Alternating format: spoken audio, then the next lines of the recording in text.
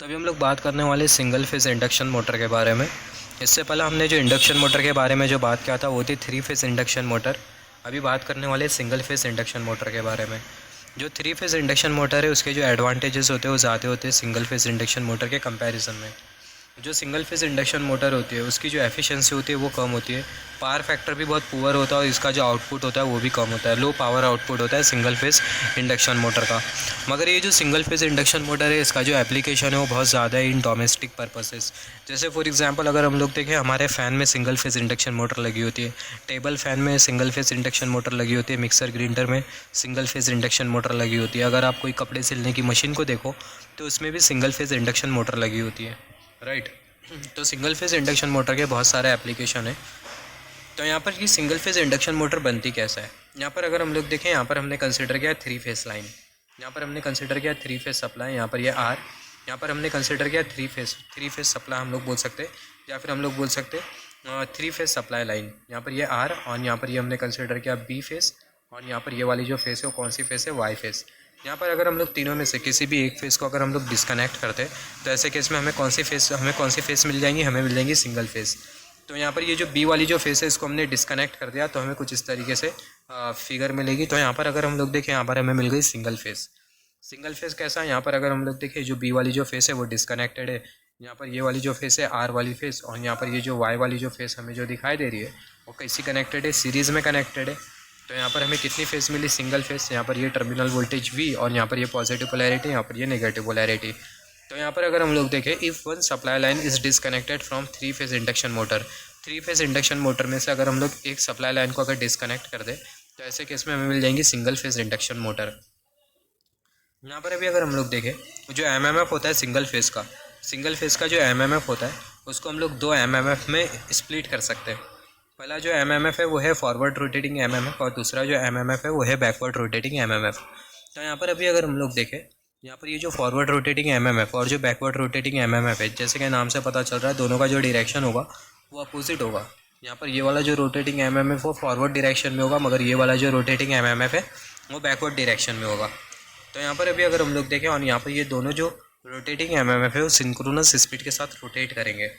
यहाँ पर अगर हम लोग देखें, both MMF rotates at synchronous speed. तो यहाँ पर अगर हम लोग देखें, MMF of single phase can be split into 2 opposite rotating MMF. जो एमएमएफ है सिंगल फेस का उसको हम लोग 2 अपोजिट रोटेटिंग एमएमएफ में स्प्लिट कर सकते हैं।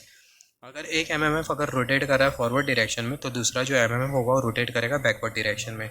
दोनों जो एमएमएफ है वो रोटेट करते हैं सिंक्रोनस स्पीड के साथ। तो यहाँ पर अभी अगर हम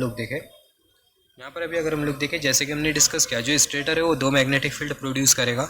यहाँ पर ये वाली जो वीडियो है इसमें हम लोग सिर्फ और सिर्फ बात करेंगे सिंगल फेज इंडक्शन मोटर के इंट्रोडक्शन के बारे में।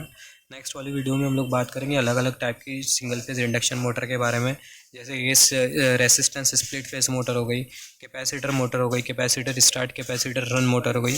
तो अलग अलग टाइप की मोटर के बारे में बात करेंगे। तो यहाँ पर अगर हम लोग देखें, जो स्टेटर है वो 2 मैग्नेटिक फील्ड प्रोड्यूस कर रहा है। पहली जो मैग्नेटिक फील्ड है वो है फॉरवर्ड रोटेटिंग मैग्नेटिक फील्ड, और दूसरी जो रोटेटिंग फील्ड है वो है बैकवर्ड रोटेटिंग मैग्नेटिक फील्ड। यहाँ पर ये 2 रोटेटिंग मैग्नेटिक फील्ड मिलती है तो यहाँ पर हमें 2 ईएमएफ भी मिलेंगे। Due to this 2 magnetic field 2 EMF will generate in rotor.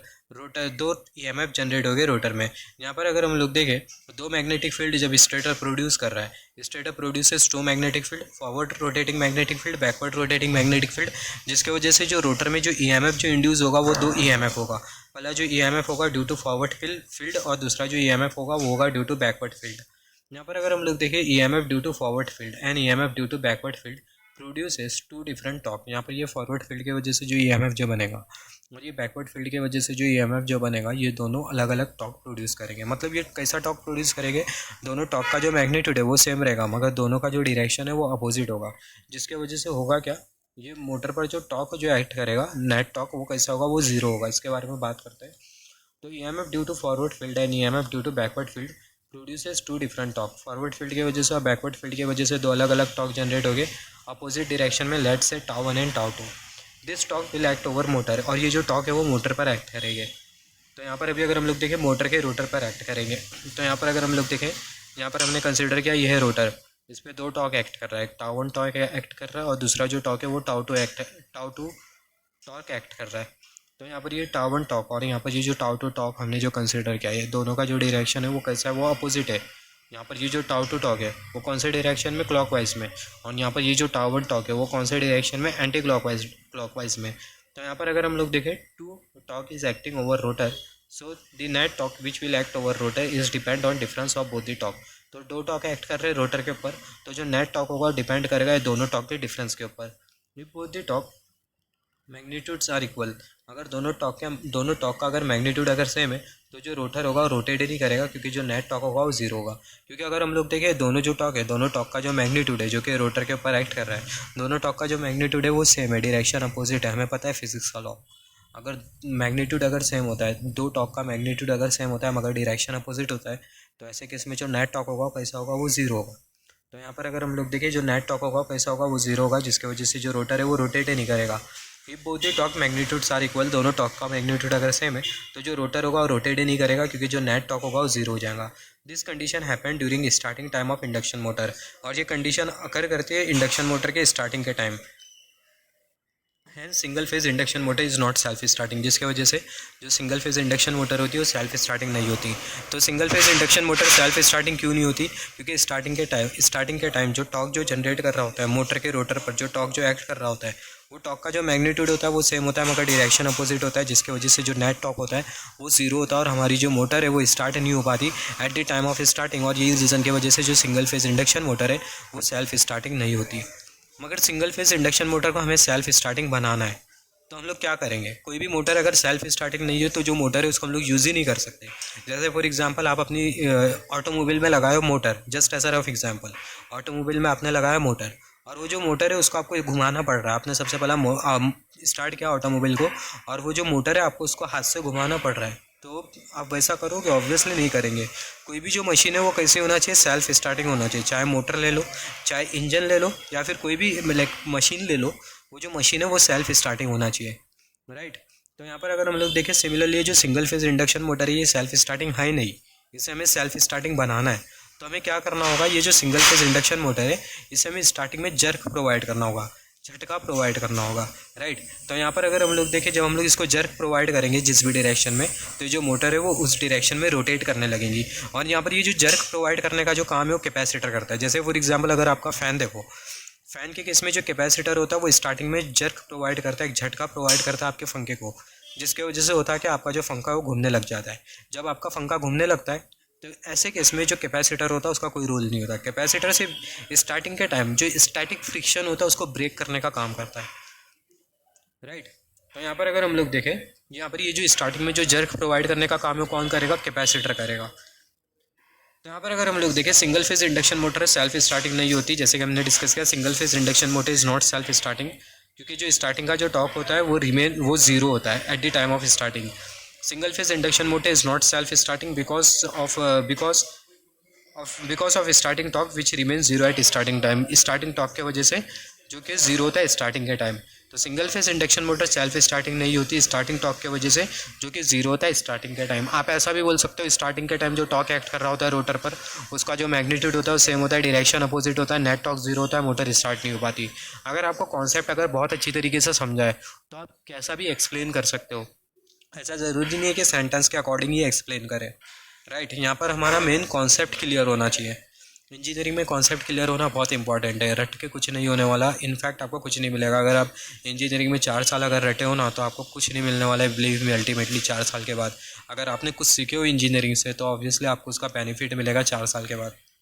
तो यहाँ पर अभी अगर हम लोग देखें जैसे कि हमने डिस्कस किया अभी सिंगल फेज इंडक्शन मोटर को सेल्फ स्टार्ट कैसा करें, how to make single phase induction motor self starting. In order to make single phase induction motor self starting, single phase induction motor को सेल्फ स्टार्टिंग बनाने के लिए, self start motor बनाने के लिए हमें we need to give a small jerk in induction motor in forward direction due to which forward slip reduces. हमें forward direction में एक जर्क प्रोवाइड करना होगा जिसकी वजह से फॉरवर्ड स्लिप कम होगी और जो बैकवर्ड स्लिप होगी वो बढ़ेगी और जो फॉरवर्ड टॉक होगा वो ज़्यादा हो जाएगा बैकवर्ड टॉक के कंपैरिजन में। और जैसे ही फॉरवर्ड टॉक ज़्यादा हो जाता है बैकवर्ड टॉक के कंपैरिजन में तो जो नेट टॉक होगा वो फॉरवर्ड डायरेक्शन में लगेगा और जो मोटर है वो फॉरवर्ड डायरेक्शन में रोटेट करना चालू कर जाएंगी। तो आप अगर ऐसा भी बोलते हो कि स्टार्टिंग अगर हमें सिंगल फेज मोटर को अगर स्टार्ट करना है तो हमें किसी भी एक डायरेक्शन में, चाहे फॉरवर्ड डायरेक्शन या फिर बैकवर्ड डायरेक्शन, फॉरवर्ड डायरेक्शन में हमें मोटर को चलाना है तो फॉरवर्ड डायरेक्शन में हमें झटका देना होगा, जिसकी वजह से होगा क्या, जो मोटर है वो फॉरवर्ड डायरेक्शन में रोटेट करने लगेंगी।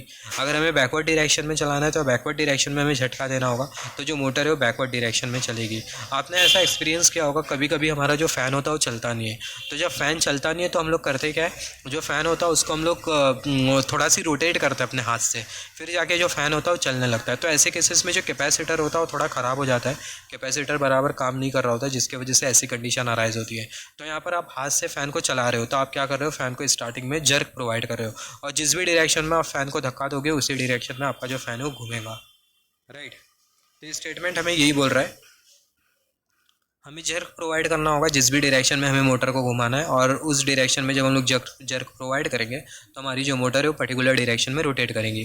फॉरवर्ड डायरेक्शन में जर्क प्रोवाइड कर रहे हैं, झटका प्रोवाइड कर रहे हैं, तो जो मोटर है फॉरवर्ड डायरेक्शन में रोटेट करेंगी। बैकवर्ड डायरेक्शन में झटका प्रोवाइड कर रहे हैं तो जो मोटर है वो बैकवर्ड डायरेक्शन में रोटेट करेंगी। अगर हम लोग सिंगल फेज इंडक्शन मोटर की टॉर्क स्लिप कैरेक्टरिस्टिक को देखें तो जो टॉर्क स्लिप कैरेक्टरिस्टिक है वो हमें कुछ इस तरीके से मिलेगी। यहाँ पर अगर हम लोग देखें, कर्सर जो हमें शो कर रहा है, टॉर्क स्लिप कैरेक्टरिस्टिक हमें कुछ इस तरीके से मिलेंगी। फर्स्ट क्वाड्रेंट और यहाँ पर ये जो सेकंड क्वाड्रेंट है, सेकंड क्वाड्रेंट हमें जो दिखाई दे रहा है, ये दोनों क्वाड्रेंट में हमें जो कैरेक्टरिस्टिक जो मिलेगी वो हमें कैसे मिलेंगी, आइडेंटिकल मिलेगी। तो ये जो सेम कैरेक्टरिस्टिक है उसको हमने यहाँ पर कुछ इस तरीके से कॉपी पेस्ट किया, मगर यहाँ पर ये जो कैरेक्टरिस्टिक है इसको हमने एक्यूरेटली ड्रॉ नहीं कर पाया, मगर एक्चुअल में जो कैरेक्टरिस्टिक है वो आपको कुछ इस तरीके से मिलेगी। यहाँ पर अगर हम लोग देखें, जो वाई एक्सिस है वो हमें इंडिकेट कर रही है टॉर्क, और जो एक्स एक्सिस है वो हमें इंडिकेट कर रही है स्पीड। यहाँ पर हमें एन एस स्पीड मिलेगी और यहाँ पर हमें माइनस एन एस स्पीड मिलेगी। यहाँ पर अभी अगर हम लोग देखें, यहाँ पर ये टाउ टू टॉर्क और यहाँ पर ये टाउ वन टॉर्क। यहाँ पर ये टाउ वन और टाउ टू है क्या, ये है टॉर्क। टाउ टू जो टॉर्क है वो फॉरवर्ड टॉर्क है, टाउ वन जो टॉर्क है वो बैकवर्ड टॉर्क है। यहाँ पर अगर हम लोग देखें स्टार्टिंग के टाइम, ये टाउ टू टॉर्क और ये जो टाउ वन टॉर्क हमें जो दिखाई दे रहा है, दोनों का जो मैग्नीट्यूड होता है वो सेम होता है। दोनों जो टॉर्क होते हैं बराबर में होते हैं, डायरेक्शन अपोजिट होता है। नेट टॉर्क 0 होता है रोटर पर, जिसकी वजह से हमारी मशीन की जो रोटर है वो घूम नहीं पाती, और जो सिंगल फेज इंडक्शन मोटर है वो सेल्फ स्टार्ट नहीं हो पाती। तो यहाँ पर अगर हम लोग देखें, note that if jerk is in the forward direction, जैसे कि हमने डिस्कस किया, यहाँ पर आपको कैरेक्टरिस्टिक में क्या पता होना चाहिए, पहले वाले क्वाड्रेंट में और सेकंड वाले क्वाड्रेंट में जो कैरेक्टरिस्टिक हमें जो मिलेगी वो हमें आइडेंटिकल मिलेगी। यहाँ पर अगर हम लोग देखें, characteristic remain same in first quadrant and second quadrant. तो यहाँ पर अगर हम लोग देखें, note that if initial jerk is in the forward direction, जैसे कि हमने डिस्कस किया, इनिशियल जर्क अगर फॉरवर्ड डायरेक्शन में होती है तो जो मोटर है वो रोटेट करेंगी फॉरवर्ड डायरेक्शन में, और अगर इनिशियल जर्क अगर बैकवर्ड डायरेक्शन में होती है तो ऐसे केस में जो मोटर है वो रोटेट करने लगेंगी बैकवर्ड डायरेक्शन में, राइट। तो ये था सिंगल फेज इंडक्शन मोटर के इंट्रोडक्शन के बारे में। अभी हम लोग नेक्स्ट लेक्चर में बात करेंगे अलग अलग टाइप के सिंगल फेज इंडक्शन मोटर के बारे में, जिसमें हम लोग बात करेंगे resistance split phase induction motor के बारे में, कैपेसिटर स्टार्ट इंडक्शन मोटर के बारे में, capacitor start capacitor run induction motor के बारे में। फिर उसके बाद हम लोग उसके बाद वाली वीडियो में बात करेंगे सर्वो मोटर के बारे में, ब्रशलेस मोटर के बारे में, फिर उसके बाद शेडेड पुल इंडक्शन मोटर के बारे में, फिर उसके बाद अपना रिलक्टेंस मोटर के बारे में और हिस्टेरिसिस मोटर के बारे में।